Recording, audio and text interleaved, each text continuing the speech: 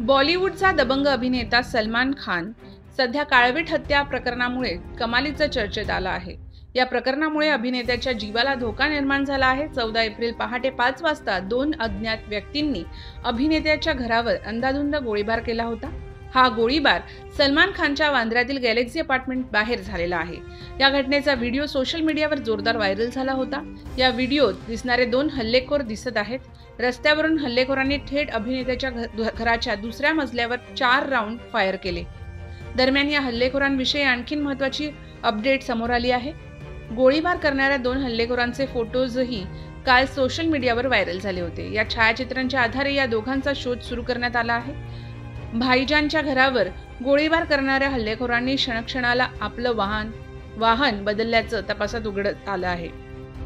या हल्लेखोरांनी हल्ला करताना वापरलेली बाईक माउंट मेरी चर्च जवळ सोडली आणि तिथून एक रिक्षा पकडली। तिथून ते वांद्रे रेल्वे स्थानकात पोहोचले। रेल्वे स्थानकातही ते दोघे हल्लाखोर सीसीटीव्ही कॅमेऱ्यात कैद झाले होते। तिथून पुढे ते ट्रेनने सांताक्रूजला आले। सांताक्रूजवरून त्यांनी रिक्षाने वाकोला गाठले। तिथून पुढे हे हल्लेखोर नेमके कुठे गेले हे मात्र अद्याप पोलिसांना समजू शकलं नाही।